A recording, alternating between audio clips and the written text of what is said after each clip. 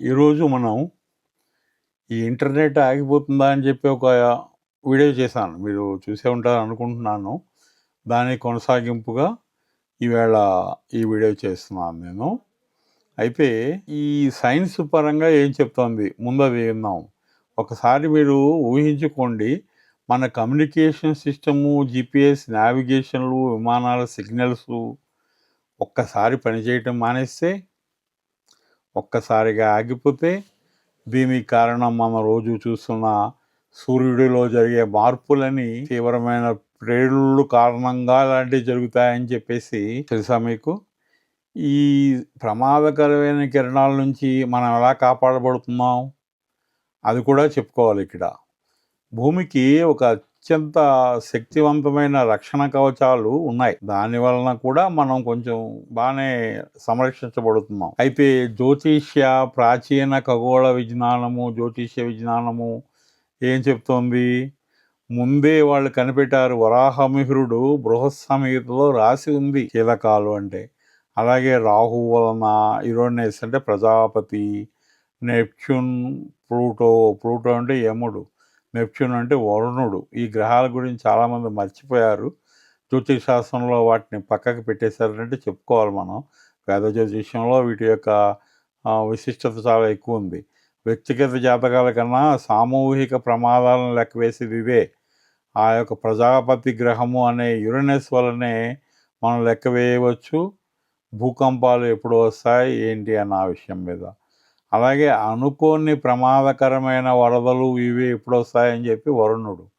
అయితే ఈ యురేనస్ అనే ప్రజాపతి వరుణుడు కలిస్తే చాలా పెద్ద సంక్షోభాలు ఎదురవుతాయి. ఎందుకంటే భూకంపం వచ్చినప్పుడు ఖచ్చితంగా వాన వస్తుంది, ఖచ్చితంగా వస్తుంది. అదే వరుణుడు. జనాలు చనిపోతారు, వాళ్ళు పట్టుకుపడ్డాక యముడు వస్తాడు. ఈ 3 గ్రహాలు సామాజికమైన పరిస్థితులను కంట్రోల్ చేస్తాయని మనకి ఇక్కడే తెలిసిపోతుంది కదా. అయితే దీంట్లో ముఖ్యంగా చెప్పాల్సిన మాట ఏంటంటే జ్యోతిష్యపరంగా ఎలాగా అని. మన ప్రాచీన భారతీయ ఖగోళ శాస్త్రము మనకేం చెప్తోందంటే, ఇవి వరాహమిహిరుడు చెప్పిన విషయాలైనా కానీ వేరే వేరే గ్రంథాలలో ఇంకా ఉన్నాయి అవన్నీ కూడా. దాన్ని తామస కీలలు దేనికి గుర్తు అని చెప్తారు. అవి భూమిలో వచ్చే మార్పులు, అంటే భూమిపై, భూమిలో అంటే భూమిలో పొరలు కదిలిపోతాయి, అదే భూకంపం. భూమిపై అలా ఇట్లాంటివి ఉంటాయి కదా, వేడి, తీవ్రమైన వేడి గాలులు, దానివల్ల వానలు అవి రావని ఇప్పుడు చూస్తున్నాం, మనం అనుభవిస్తున్నాం ఆ యొక్క విశేషం. అది విశేషం అంటే ప్రమాదకరమైన విశేషం. అది మనం అనుభవిస్తూనే ఉన్నాం. ఈ నెప్ట్యూన్, ప్లూటోకి, రాహు గ్రహానికి ప్రస్తుతం ఉన్న వీళ్ళ స్థితులకి కూడా మనం లెక్క వేసుకోవాలి. అంటే దీనివల్ల ఎలాంటి ఇబ్బందులు వస్తున్నాయన్నది మనం చెప్పుకుందాం. ఇప్పుడు వరాహమిహిరుడు భారతీయ ఖగోళ శాస్త్రము, జ్యోతిష్ శాస్త్రంలో చాలా ముఖ్యుడు. ఈయన ప్రసిద్ధమైన గ్రంథం ఏదంటే బృహత్ సంహితలోనే సూర్యచారము అనే అధ్యాయంలో ఉంది. సూర్యబింబంపై కనపడే మచ్చలు, నల్లటి మచ్చలు, అవే తామస కీలకాలు. వాటి వలన ఏం జరుగుతుంది అని చెప్పారు. ఆధునిక సైన్స్ కూడా దీన్ని చెప్పింది అప్పుడు పరికరాలు ఏమీ లేకుండానే ఆయన ఇప్పుడు చెప్పేశారు ఆయన. ఇవేంటంటే జెండా ఆకారంలోనూ, గొడుగు ఆకారంలోనూ, లేదా కత్తి ఆకారంలో కనుక వస్తే సూర్యశక్తి సమతుల్యత తప్పుతుంది అని చెప్పాడు ఆయన. ఇంకా చిన్న చిన్న గుండ్రంగా ఉండే అవి వస్తాయి, అవి పెద్ద పట్టింపు కాదు. ఇలాంటివి గొడుగు ఆకారం కానీ, జెండా ఆకృతి కానీ, కత్తిలాగా కానీ వస్తే అప్పుడు పరిణామాలు ఎలా ఉంటాయో ఇప్పుడు చూద్దాం. తామస కీలకాలు పెరిగినప్పుడు భూమిపై అనావృష్టి వస్తుంది, అంటే తీవ్రమైన కరువు వస్తుంది. అకస్మాత్తుగా వర్షాలు కూడా అతివృష్టిలా కురిసేస్తాయి, మళ్ళీ ఆగిపోతాయి. క్లౌడ్ బ్లాస్ట్ అంటున్నారు కదా, ఇలాంటివి. అలాగే మానసిక సమతుల్యత, అంటే ప్రజలందరిలోనూ ఈ విషయం వస్తుంది, ఈ విషయం మనకు కనపడుతుంది. మానసిక సమతుల్యత దెబ్బతింటుంది. అలాగే సామ్రాజ్యవాదులు, మనుషులు ఎవరైనా ఒకటే. సామ్రాజ్యవాది అంటే దేశాన్ని ఏలేవాడు. అలాగే సామ్రాజ్యానికి సంబంధించిన విశేషాలు చెప్పావు. సామ్రాజ్యవాది అనుకుందాం మనం. మామూలు సామాన్యుడు కూడా అదే. వీడు ఎక్కడున్న వల్ల వీడి చిరాకు, వీడి యొక్క టెన్షన్లు వాడికి మట్టుకే పరిమితం.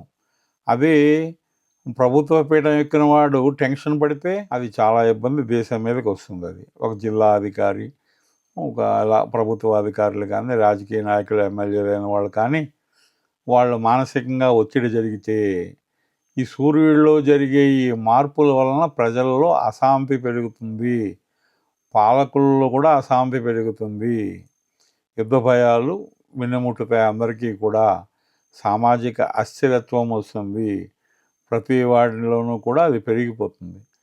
ఇవి ఆధునిక శాస్త్రవేత్తలు కూడా చెప్తున్నారు దీన్ని. అయితే ఇప్పుడు రాహు, యురేనస్, నెప్ట్యూన్, ప్లూటో అని చెప్పాను కదా మీకు. అంటే ఎవరు? ప్రజాపతి యురేనస్. రాహువుతో ఉన్న ప్రభావం ఎలా ఉంటుంది?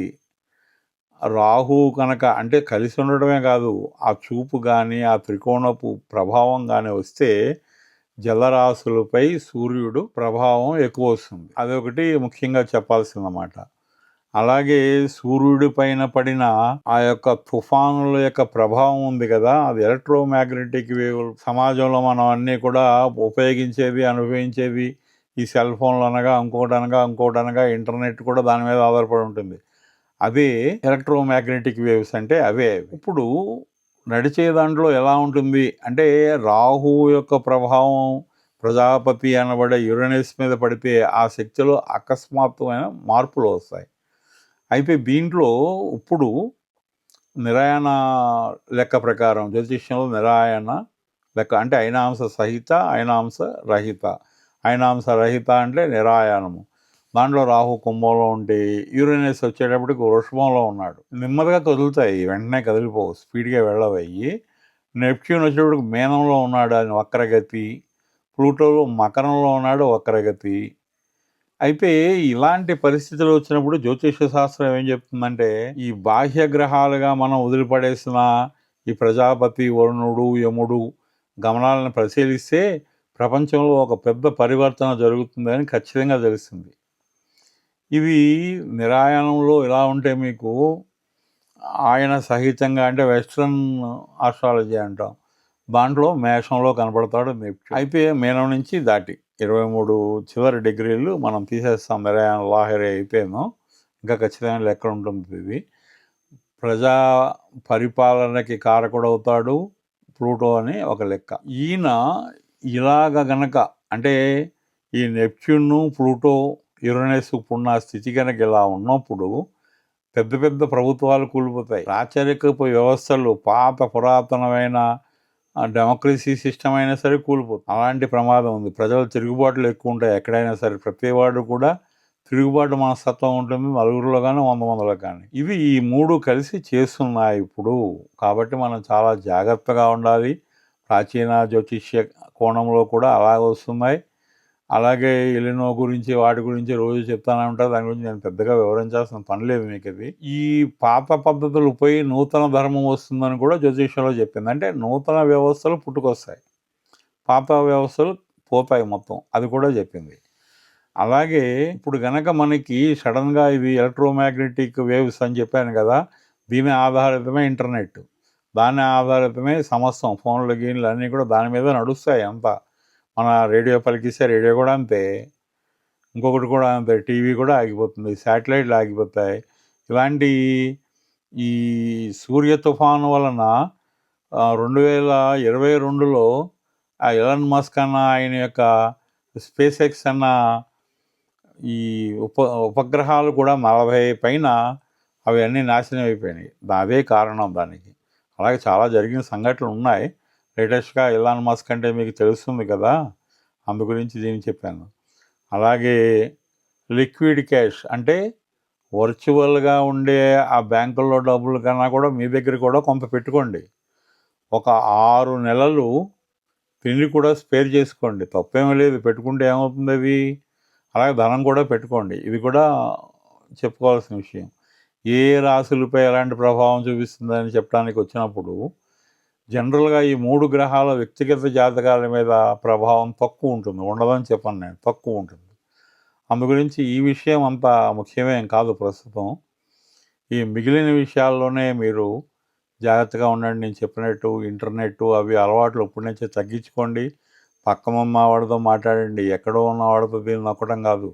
ఇంకా విచిత్రం ఏమైందంటే పక్క పక్కనే ఉంటారు, మెసేజ్లు నడుస్తుంటాయి, చాలా చోట్ల ఉన్నాయి. అలాగా అది అనుభవం, అందరికీ అనుభవం ఉన్న విషయమే ఉంటుంది ఇది. అలాంటివి మానేసి కొంచెం మనసులు కలుపుకుని మాట్లాడుతూ ఉండండి, ఇగోలు తగ్గుతాయి. కొన్నాళ్లే ఆగుతుంది, ఇంటర్నెట్ శాశ్వతంగా ఏం ఆగిపోదు. ఏ వ్యవస్థ అయినా కుప్పకూలినప్పుడు రూపాంతరం చెంది మళ్ళీ పుడుతుంది. అది వ్యవస్థల యొక్క గొప్పతనం. అది అందుగురించి ఇంటర్నెట్ పూర్తిగా ఏం పోదు. సూర్యుడు కూడా ఒక్కసారే ఆ ప్రమాదం 10 రోజుల్లో 20 రోజుల్లో నెలలో ఇస్తాడు. ఆ టైంలో తట్టుకొని మనం ఆగగలిగి మళ్ళీ మొత్తం అంతా ఒక దారిలో పెట్టుకుంటే ఒక సెలవు ఇచ్చినట్లు లెక్క ప్రపంచానికి. ఆయన జరిగితే అలాంటిది జరుగుతుంది ఖచ్చితంగా అంటే గ్రహస్థితుల వల్ల జరగవచ్చు అని చెప్తున్నా. ఇలాంటి పరిస్థితులు వచ్చినప్పుడే యుఎస్ఎస్ఆర్ అని ఉండేది, అది రష్యా ఈవేళ విడిపోయింది మొత్తం అంతా. అది కూడా ఎలాంటి గ్రహస్థితుల వల్లనే జరిగింది. పెద్ద పెద్ద భూకంపాలు ఎలాంటి గ్రహస్థితుల్లోనూ వచ్చినాయి. జన నష్టాలు మితిమీరి ఉన్నాయి. ఈవేళ జల సంబంధం కన్నా అగ్ని సంబంధంతో ఈ గ్రహ సంపుటి ఉందని తెలుస్తుంది. ఇది దీనివల్ల కొంచెం జాగ్రత్తగా ఉండండి, అంతకుమించి ఏమీ లేదు. ప్రజలకి ప్రత్యక్షంగా ఏం చేయలేదు. ఎందు గురించి అంటే బౌద్ధికమైన హాని చేయడానికి అవకాశం లేనట్టుగా భూమికి కొన్ని ఏర్పాట్లు ఉన్నాయి. మ్యాగ్నోస్ఫియర్ అంటారు, ఐనోస్ఫియర్ అంటారు, ఓజోన్, ఇవన్నీ వాటి నుంచి దూసుకుని యూవీ కిరణాలు ఇలాంటి ఒక అయస్కాంత శక్తులను నిరోధిస్తుంది. అది దానివల్ల కొంత బెటర్. మితిమీరితే ఏమవుతుందో తెలియదు, ఇప్పుడు దాకా ఉన్న పరిస్థితి అది. అందు గురించి ప్రజలకి ఏమీ కాదు, కానీ ప్రజల యొక్క అలవాట్లు, మనసులు, ఈ వాళ్ళ జీవన శైలిల మీద గట్టి దెబ్బ తీసే అవకాశం ఉంది అని నేను భావిస్తున్నాను. శాస్త్రం కూడా నాకు సపోర్ట్ చేస్తుంది దానికి. శాస్త్రం చూసిన మీద నేను భావిస్తాను దాన్ని, అంతే. ఇది సూచనగా తీసుకోండి. ఇలాంటి చెప్పాను కదా, ఇలాంటి జాగ్రత్తలు కూడా తీసుకోండి. అలాగే వాటి మీద వీటి మీద ఇన్వెస్టులు అవి కూడా చాలా దెబ్బతింటాయి. దానికి కూడా అవకాశం ఉంది. బంగారం కూడా నిరుపయోగం అయిపోవచ్చు. అంటే ధనం రేటు ఉంటుంది, ఆ బంగారం మార్పిడి జరగదు, స్టక్ అయిపోద్ది అంతా. అందుకని బంగారం ఉంది కదా అమ్ముకుని కొన్ని డబ్బు తెచ్చుకుందామంటే జరగదు అక్కడ. అది ఎందుకంటే ఆన్లైన్లో ఉన్నప్పుడు బంగారం నడుస్తుంది. వీడి దగ్గర ఉన్న డబ్బు బంగారం కొని వేస్ట్ చేయకూడదన్న ఉద్దేశంతో ప్రజలు చేయటం వలన బంగారం యొక్క వినియోగం అంటే ఉపకారం తగ్గిపోతుంది. ఇదే కారణం, లాజిక్ పెద్ద ఏం ఆలోచించద్దు మీరు. అలా చేయండి. శుభమస్తు.